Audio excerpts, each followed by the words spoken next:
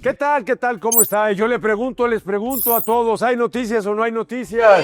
Sí, claro que hay noticias. Me da muchísimo gusto saludarle. Yo soy Pablo Latapí y fíjese que le platico. Cada semana usted y yo tenemos la oportunidad de reunirnos aquí a través de esta plataforma y nosotros, junto con este equipo, hacer una especie de recuento, un resumen, una revisión de lo más importante, los hechos más relevantes ocurridos durante la semana y compartirlos con usted, así como a usted le gusta. Y mire que hemos tenido una semana movidita, una semana de muchísima información. Y arrancamos desde luego con la crisis de seguridad en Michoacán. Protestas y cada vez más violentas. ¿Cómo empieza esta historia? Bueno, pues fue el asesinato del alcalde de Uruapan, Carlos Manso Rodríguez, el alcalde del sombrero, ¿se acuerdan ustedes? Sí lo conocían, que de hecho tiene un movimiento sin grillas, sin partidos, lejos de cualquier ideología, que es civil, totalmente ciudadano, que se llama el Movimiento del Sombrero. Pues fueron y lo mataron porque él enfrentaba al crimen organizado y eso fue el fin de semana. Pero ese asesinato encendió nuevamente las alarmas sobre lo que se está viviendo en Michoacán. Son años, décadas de violencia y inseguridad en Yucatán. Y esto, el asesinato dio pie a que por fin,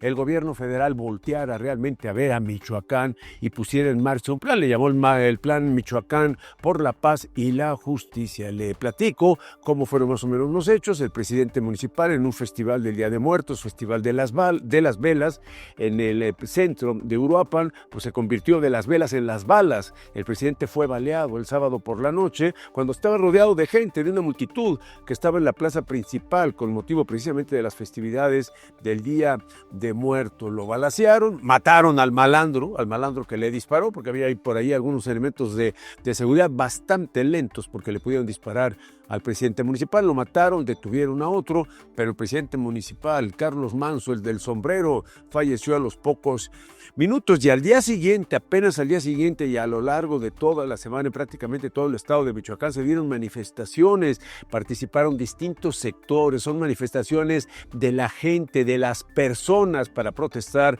por el asesinato. Una de estas manifestaciones en Morelia llegó al mismísimo palacio, al centro, al Palacio de Michoacán, y hubo actos de vandalismo. En Zitácuaro, de plano, le prendieron fuego al Palacio Municipal y fue una noche terrible, y esto obviamente jaló por fin los reflectores hacia lo que está pasando en Michoacán, y la presidenta Claudia Sheinbaum salió y habló y dijo que era cobarde y vil. Pues que yo recuerde, no hay ningún asesinato que sea ni valiente ni que sea honorable. Bueno, en fin, ese fue el discurso cobarde y vil, el asesinato del alcalde de Uruapan, Carlos Manso Rodríguez. Durante una de sus conferencias mañaneras, la de lunes, precisamente la presidenta Claudia Sheinbaum aseguró una vez más,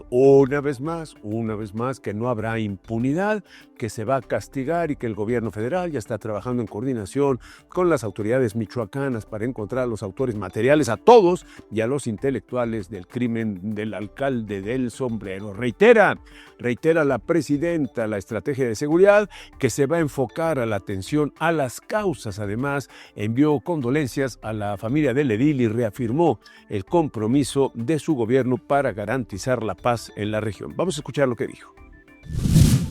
Lo segundo, pues, es este condenable, cobarde, vil homicidio a Carlos Manso, alcalde de Uruapan. Primero, condenar el homicidio. Segundo, nuestra solidaridad y condolencias a la familia, a sus seres queridos.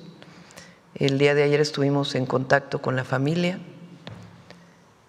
Tercero, se están haciendo todas las investigaciones, además de las detenciones que hubo y de esta persona que fue abatida en el mismo momento, y de las detenciones se están haciendo todas las investigaciones por parte de la Fiscalía de Michoacán y se le está dando todo el apoyo que requiere por parte del Gabinete de Seguridad. Como se lo mencioné a sus familiares y lo digo, no habrá impunidad. Vamos a seguir todas las investigaciones hasta poder dar con los responsables, no solamente materiales, sino quien ordenó esta ejecución. Entonces, nuestra solidaridad y vamos a seguir trabajando todos los días por la defensa de la paz, la seguridad y la justicia. Ese es el camino. Y eso sí, no nos vamos a rendir nunca. Nunca. Y la viuda del presidente municipal de Uruapan, la señora Grecia Quirós, viuda de Carlos Manso, fue lo que no pasó con su marido. Fue recibida en Palacio Nacional después del asesinato y más tarde, pues ahí como que le dieron la bendición y se informó que iba a quedar como la presidenta municipal interina en Uruapan. Vea usted. Ayer también recibí a la esposa de Carlos Manso y a su hermano y a un equipo cercano. Platicamos, estuvo presente el secretario de Seguridad y Lázaro Cárdenas, y platicamos, evidentemente pues ellos con toda razón exigen justicia y que se llegue hasta el final de esta investigación y se haga justicia del asesinato, el homicidio del presidente municipal Carlos Manso, pero también pues platicamos hacia adelante. Ella va a ser la presidenta municipal de Uruapan, el día de hoy va a tomar posesión en el Congreso del Estado y pues acordamos pues seguir en comunicación para apoyar al municipio de Uruapan en este marco general del Plan Michoacán por la Paz y la Justicia. Y se insiste en que van a atacar las causas para resolver la crisis. Señores, la gente se está muriendo, la gente no sale en buena parte del estado de Michoacán, y atacar las causas significa atacar o resolver lo que ha sido durante 60 años de corrupción, de confabulación de distintos gobiernos, de gobiernos priistas, de gobiernos perredistas, de gobiernos morenistas, y combatirlo. Si eso tardó décadas en cocinarse para tener lo que pasa ahorita en Michoacán, imagínense, décadas tendrían que pasar de ejercicios efectivos para acabar. Son otras acciones las que necesita Michoacán, que terminen con la violencia y le devuelvan la certeza, la paz. ¿No era hermoso Michoacán? ¿No era precioso recorrer las carreteras de Michoacán? Regresar a eso. ¿Y qué cree? Que le platico que me manosean a la presidenta, sí, manosearon a la presidenta Claudia Sheinbaum, y en pleno centro de la Ciudad de México. Ella salió a caminar de lo que es Palacio Nacional al edificio de la Secretaría de Educación Pública, un edificio viejo que le gusta, son un par de cuadras, iba caminando, la saludaba a la gente ahí, y la presidenta Claudia Sheinbaum fue víctima del acoso por parte de un hombre. El hombre se le acerca, le da o le pretende dar un beso en el cuello, y al mismo tiempo con una mano le agarra un pecho, una boobie, obviamente sin el consentimiento de la presidenta. Esto ocurrió mientras se estaba acercando a saludar ciudadanos. Pasaron todavía varios segundos hasta que uno de los integrantes de la ayudantía se metió en medio del malandro y de la presidenta para que la soltara y se hiciera a un lado. Confirmó la presidenta que ya presentó una denuncia formal subrayando que este tipo de comportamientos no deben normalizarse. Había varias personas, había varios celulares, hay muchos videos que se volvieron virales y comentarios en todos sentidos, unos muy jocosos, otros no, pero el consenso es que eso es lo que pasó a la presidenta, le pasa a muchísimas mujeres todos los días y no toma esta relevancia, por lo que es importantísimo ponerlo esto en su relieve. Y dijo la presidenta que ninguna mujer, sin importar su cargo o su posición, debe ser agredida de esta manera. Y esto refleja lo que le digo, muchísimas mexicanas viven cada día y nadie se entera. Vea usted. Entonces decidimos irnos caminando, mucha gente nos saludó en el camino sin problema, hasta que se acercó esta persona totalmente alcoholizada, pues que vivo este episodio de acoso realmente. En el momento realmente estaba yo hablando con otras personas, no me doy cuenta de inmediato, llega Juan José, que es quien coordina todo el equipo de ayudantía, lo mueve, y hasta después que veo los videos me doy cuenta pues de lo que realmente ocurrió, porque pues estoy hablando con mucha gente, sí sentí obviamente la cercanía de este personaje. Estaba, repito, totalmente alcoholizado, no sé si drogado. Pero decidí levantar denuncia, porque esto es algo que viví como mujer, pero lo vivimos las mujeres en nuestro país. Lo he vivido antes, cuando no era presidenta, cuando era estudiante, como joven. Que es un delito en la Ciudad de México. No en todos los estados de la República es un delito penal, pero en la Ciudad de México sí. Y mi reflexión es, si no presento yo delito, además de que es un delito, pues en qué condición se quedan todas las mujeres mexicanas. Si esto le hacen a la presidenta, pues qué va a pasar con todas las jóvenes mujeres en nuestro país. Entonces es en la Fiscalía General de Justicia de la Ciudad de México, porque es un delito del fuero común. Presenté denuncia.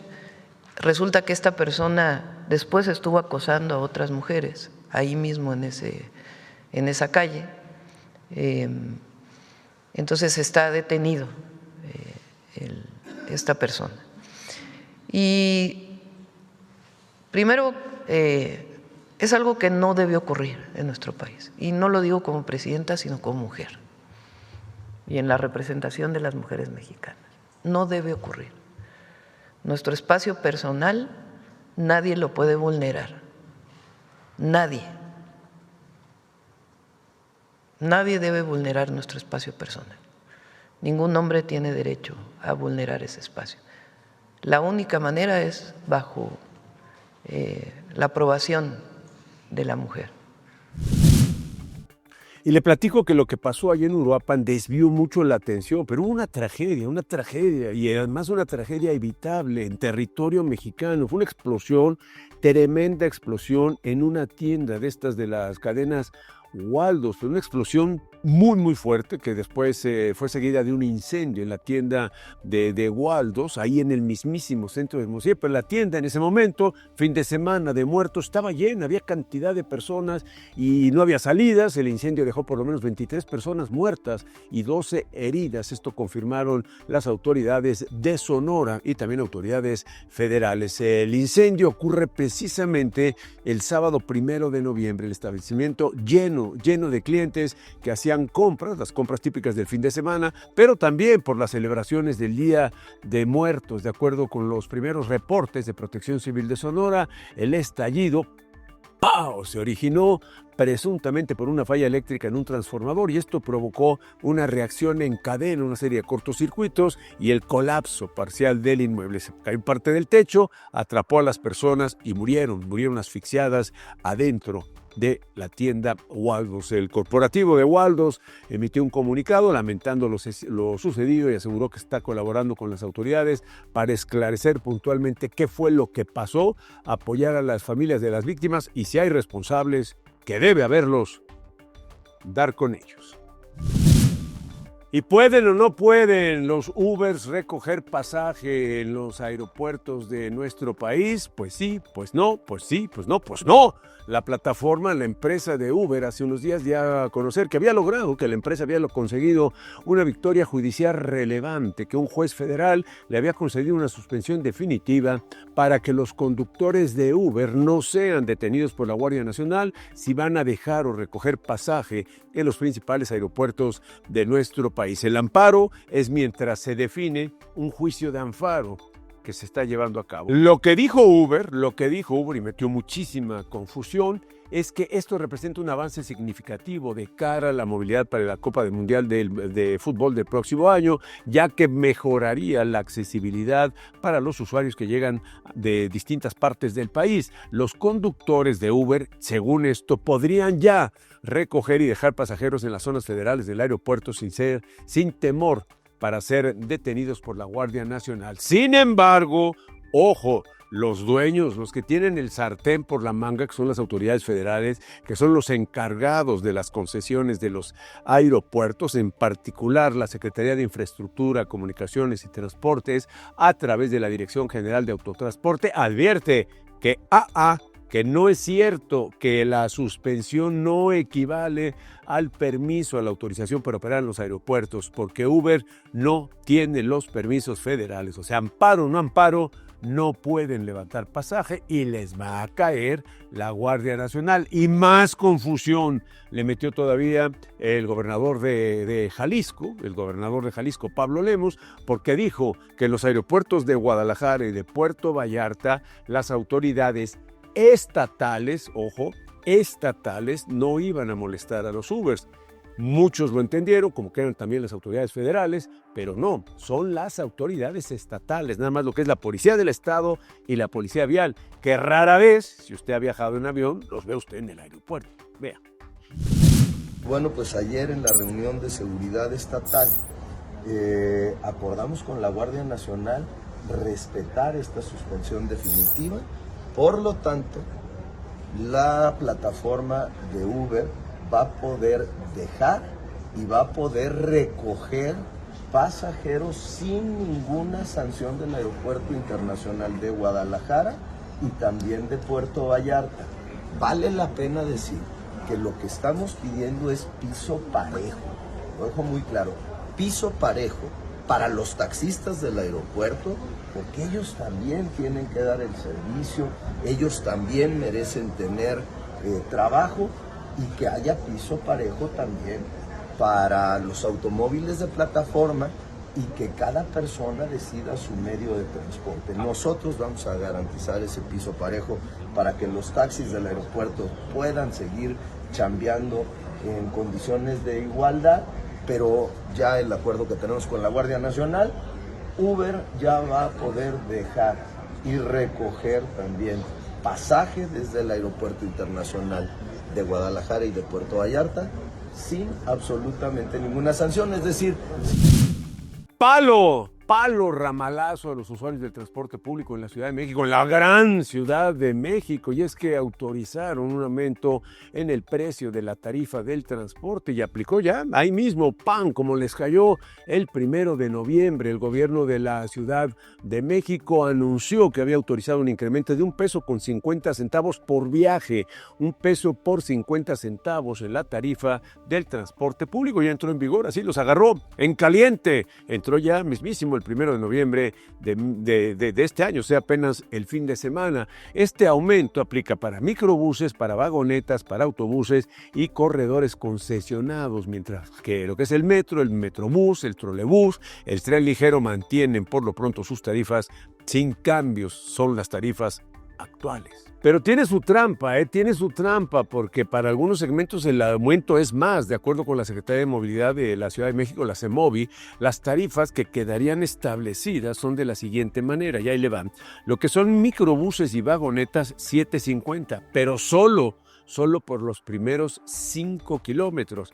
Ya después de 5 a 12 kilómetros son $1 más, $8. Y para recorridos ya más largos, mayores a 12 kilómetros, otro pesito más. Y entonces queda en $9. O sea, recorridos de 12 kilómetros, $9. Lo que son los autobuses, subirse al autobús ya le cuesta $8.50 para lo que llaman un trayecto corto, pero ya en avances más largos, otro peso, $9.50, o sea, otro peso. Y lo que son lo que se conoce como los corredores concesionados, hay una sola tarifa y sí, pero es la máxima, $9.50. Ramalazo. Este ajuste también contempla un recargo de 20% si usted lo toma en la noche. ¿Qué es la noche? O sea, 20% más en la tarifa.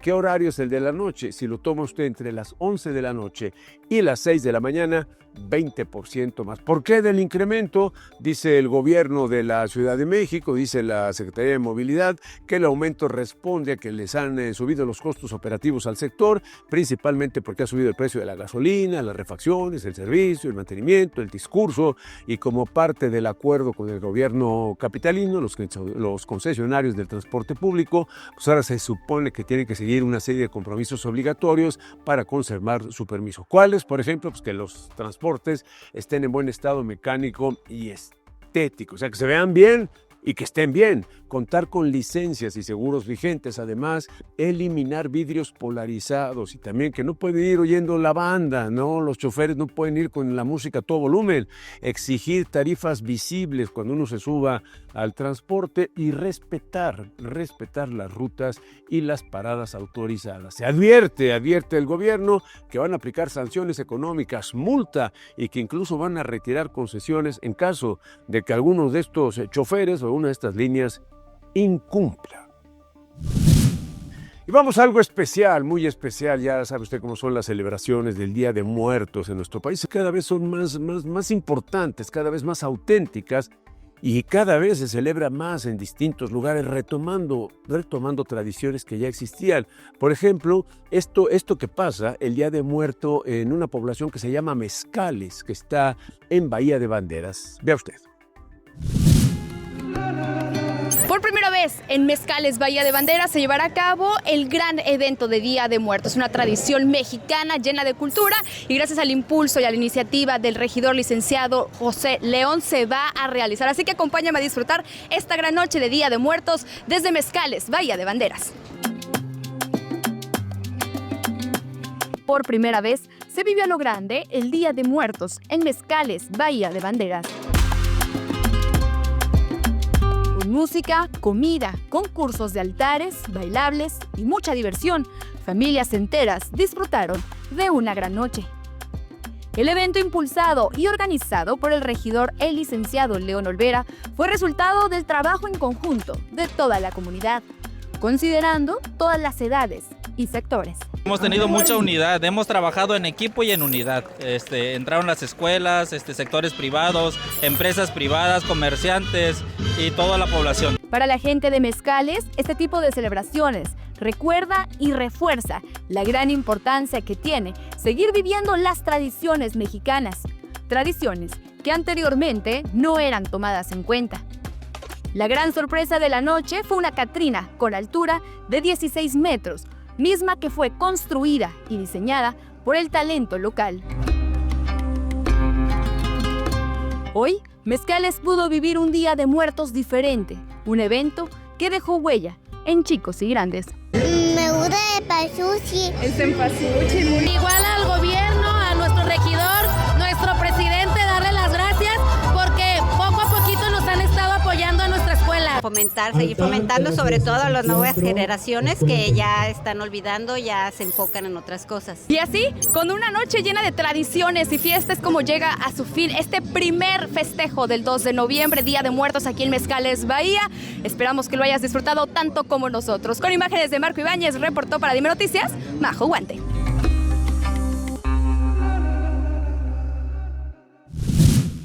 Bueno, y dejamos lo que pasa en las aguas del Pacífico para ir del otro lado hasta el Caribe mexicano. Y es que le platico que el Registro Estatal de Turismo de Quintana Roo, el famoso Returcú, ya se renovó y con un portal mucho más intuitivo y mucho más accesible. Si usted está en el Caribe, si es prestador de servicios turísticos, ahí en esta maravillosa región, es una buena oportunidad para renovar o realizar el registro de manera muy sencilla. Se mete usted a la página de turismo que es siturcu.gov.mx, ojo, siturcu.gov.mx, se registra fácilmente y ya se está uniendo al catálogo oficial de prestadores de servicios turísticos. Entre todos los prestadores están buscando fortalecer el turismo en el Caribe mexicano y vaya que lo están consiguiendo.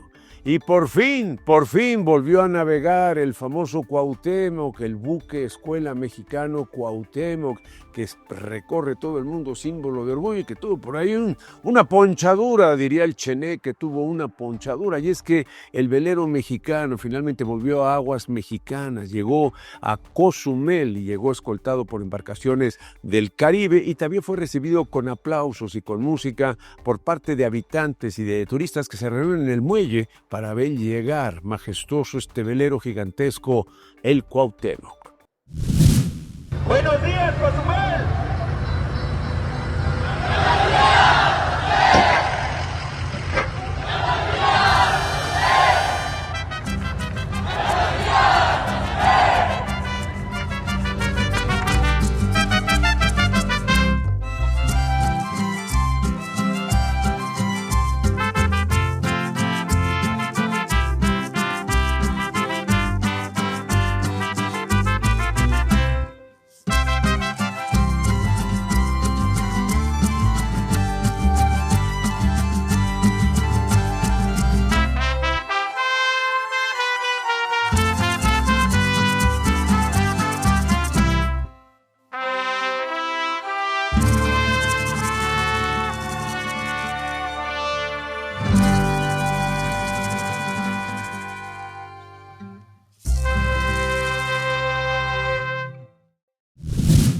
Y le platico, el Cuauhtémoc realiza su recorrido de instrucción con más de 200 tripulantes, entre ellos cadetes de la heroica Escuela Naval Militar, y ellos, durante varios meses, ponen en práctica lo que han aprendido, los conocimientos en navegación, en liderazgo y trabajo en equipo.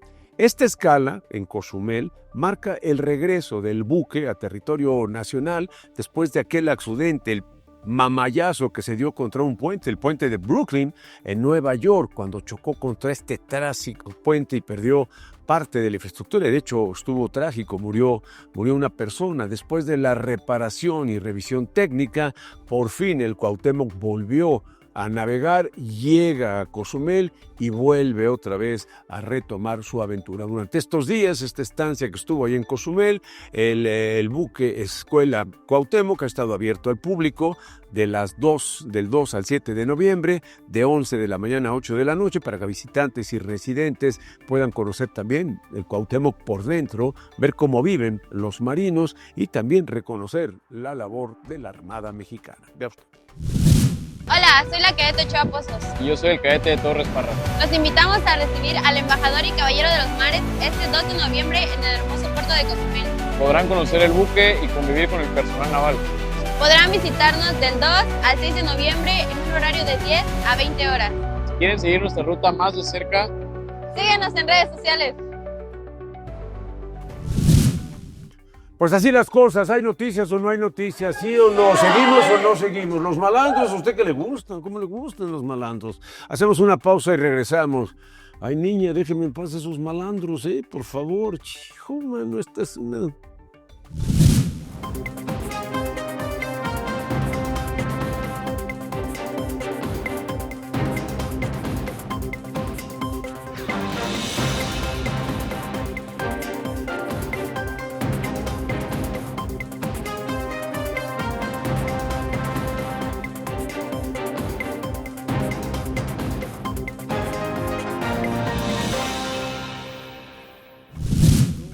Y claro que seguimos, claro que aquí estamos. ¿Estamos o no estamos, güero? Venga, güero, porque hay más noticias, ya hay buenas noticias sobre esto del gusano barrenador. Visitó una alta funcionaria de los Estados Unidos en nuestro país para hablar de esto, del gusano barrenador. Desde que se detectó el brote del gusano barrenador en territorio mexicano el 11 de mayo de este año, Estados Unidos impuso una serie de restricciones a importar ganado mexicano, y esto le pegó muy fuerte a este sector en nuestro país. Bueno, pues en este contexto ha habido una serie de acciones coordinadas, no solo para tratar de contener la plaga del gusano, sino también para salvaguardar los vínculos comerciales, esta relación agropecuaria y la salud animal en el traslado de ganado. El gobierno de los Estados Unidos, a través de la Department of Agriculture de los Estados Unidos y la Secretaría de Agricultura de México, han estado acercándose para estrechar la cooperación y combatir juntos al gusano barrenador, una plaga que está amenazando la salud animal y el comercio de ganado. De hecho,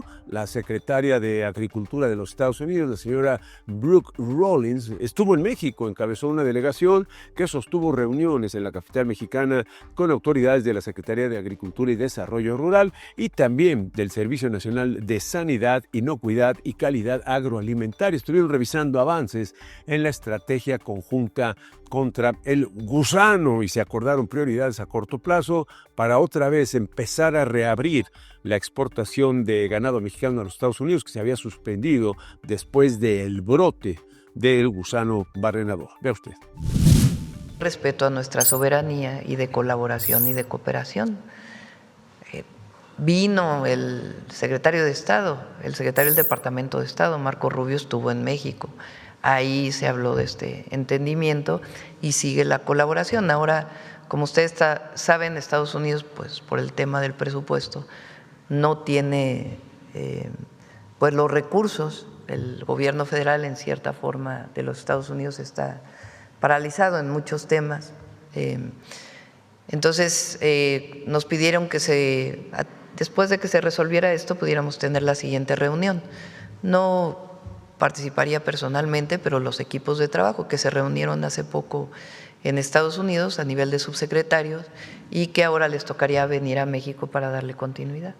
Entonces, sí, Es lo que hemos venido diciendo, que hay un entendimiento en seguridad, en otros temas, y buscamos pues que podamos llegar a un acuerdo en el tema de comercio. Y Perú, el gobierno de Perú ya no quiere nada con el gobierno de la 4T de nuestro país. Rompe relaciones diplomáticas con México. ¿Por qué? Porque México así lo recibió allá en la Embajada de México en Lima, a la que fue primer ministro Betsy Chávez y que era buscada por la justicia del Perú. Anunció Perú, después de que se enteró que México le había dado asilo político, anuncia la ruptura de relaciones diplomáticas con México. Esto después de que oficialmente el gobierno mexicano otorgó asilo político a la que fuera primera ministra peruana, Betsy Chávez, que está acusada de participar en el intento de autogolpe del expresidente Pedro Castillo en el 2022. La decisión fue confirmada por la canciller peruana, la señora Ana Cecilia Gervasi, que calificó la acción del gobierno mexicano como una injerencia inadmisible en los asuntos internos del Perú. Y por su parte aquí, la Secretaría de Relaciones Exteriores de nuestro país defendió la decisión, dice que había hecho bien, señalando que el asilo político es un derecho humanitario reconocido por el derecho internacional. En un comunicado oficial, el gobierno mexicano reiteró que su actuación se basa en los principios constitucionales de protección a perseguidos políticos y lamentó la decisión del gobierno peruano. Vea usted. Y lo que tengo que comunicar es lo siguiente. Hoy hemos conocido con sorpresa y con profundo pesar que la ex premier Betsy Chávez, presunta coautora del golpe de Estado que pretendió consumar el expresidente Pedro Castillo, está siendo asilada en la residencia de la Embajada de México en el Perú. Frente a este acto inamistoso y teniendo en cuenta las reiteradas ocasiones en que el actual y el anterior presidente de ese país han intervenido en los asuntos internos del Perú, el gobierno peruano ha decidido en la fecha romper relaciones diplomáticas. Y vaya que le fue mal a Donald Trump, le fue mal, pero es un año, se cumplió un año de que había ganado la elección que arrasó y lo llevó a la presidencia de Estados Unidos. Hubo elecciones en algunos estados de la Unión Americana, elecciones intermedias, votaban la renovación de gubernaturas en por lo menos 6 estados y resulta que los integrantes del Partido Demócrata y un independiente tuvieron victorias, lo que se interpreta como un golpe, un duro revés para lo que ha estado haciendo Donald Trump. El partido rival, el Partido Demócrata, ganó las elecciones en Virginia, en New Jersey, en California y en Pensilvania. Cambiaron los escaños de la Comisión de Servicios Públicos de Georgia y además Manhattan, Nueva York, la ciudad más importante de los Estados Unidos, fue ganada por un musulmán de izquierda y además independiente. Se llama Zohran Mamdani, que se erige como alcalde de Nueva York. Vaya golpe para Donald Trump, que se siente el rey de Nueva York, el rey de Manhattan. Estas elecciones son importantes, son muy importantes porque aunque el presidente Donald Trump no estuvo en ninguna de las boletas, es decir, no jugaba él a nada, no estaba su nombre, pues es su gente, son la gente de su partido la que la bambolearon. Todos los candidatos que ganaron hicieron propuestas completamente opuestas a lo que está llevando a cabo el presidente de los Estados Unidos y les funcionó. Es un importante revés en la política y el apoyo de los norteamericanos justo al gobierno de Donald Trump. Señores, Marco, despierta, muchacho, que hay mucho que hacer. Güero, ¿hay más noticias o no hay? Vamos a una pausa. Sí. Aquí está.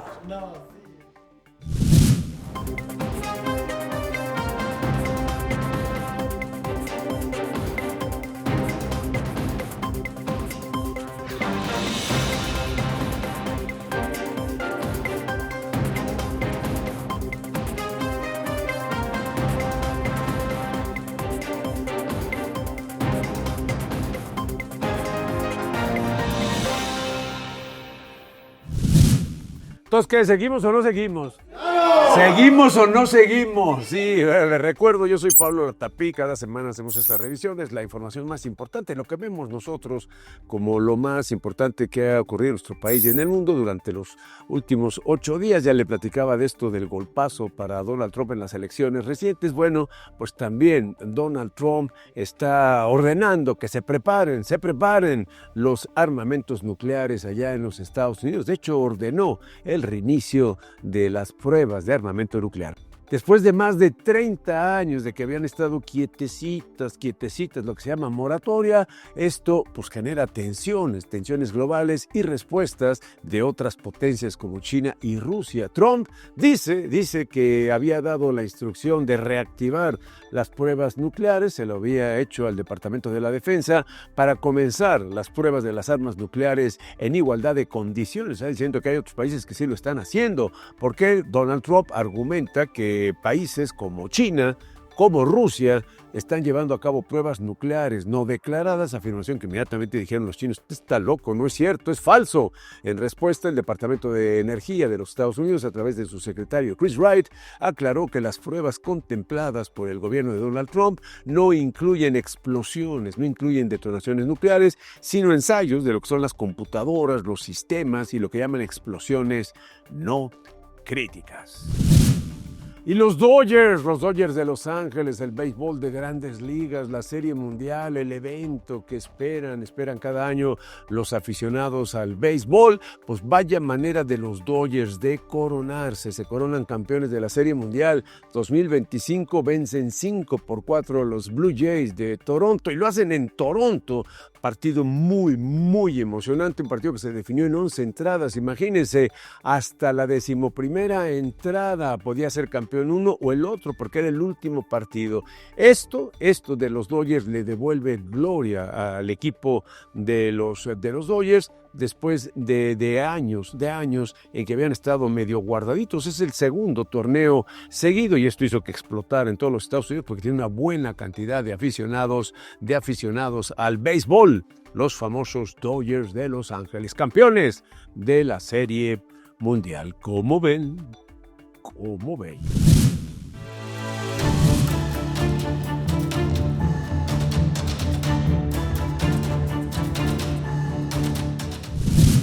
Y después le platico después de hablar del tema del béisbol, que también en más cosas, en más información que revisamos aquí cada semana, cada 8 días le invito a que esté con nosotros. Pues nos gusta cerrar, ¿con qué?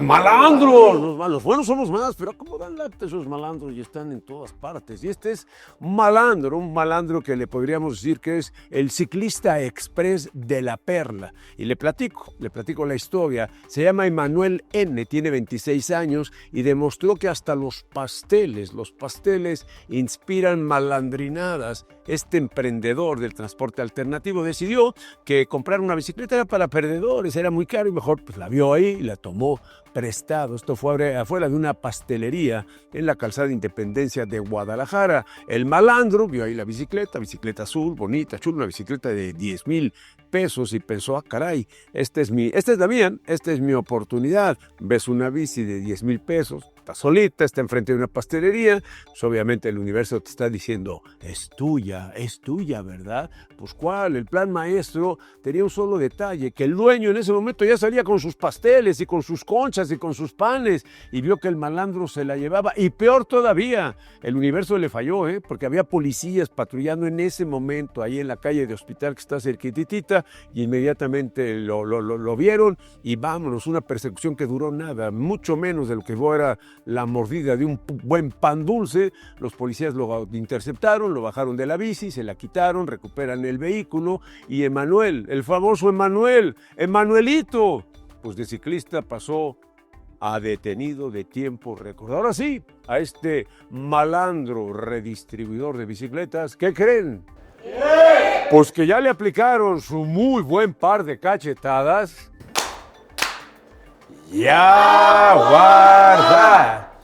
Esos son los malandros, pero los buenos, usted y yo somos muchísimo más, tenemos que hacer más, porque ahí vienen los malandros, y por eso siempre nos gusta cerrar este espacio con una buena noticia, y esta es una muy, muy buena noticia para México, porque el narrador, el ensayista, el académico mexicano Gonzalo Celorio recibió el Premio Cervantes 2025, es uno de los reconocimientos más importantes que otorga el Ministerio de Cultura de España, y es considerado, digamos, el premio literario más importante de la lengua castellana. Celorio, el mexicano, es autor de 3 lindas cubanas y le otorgan el premio, dice el certamen, por lo excepcional de la obra literaria y por su obra profunda y sostenida a la cultura hispánica. Felicidades a él y felicidades a la gente que lee, porque vaya que hay gente que lee, porque ¿saben qué?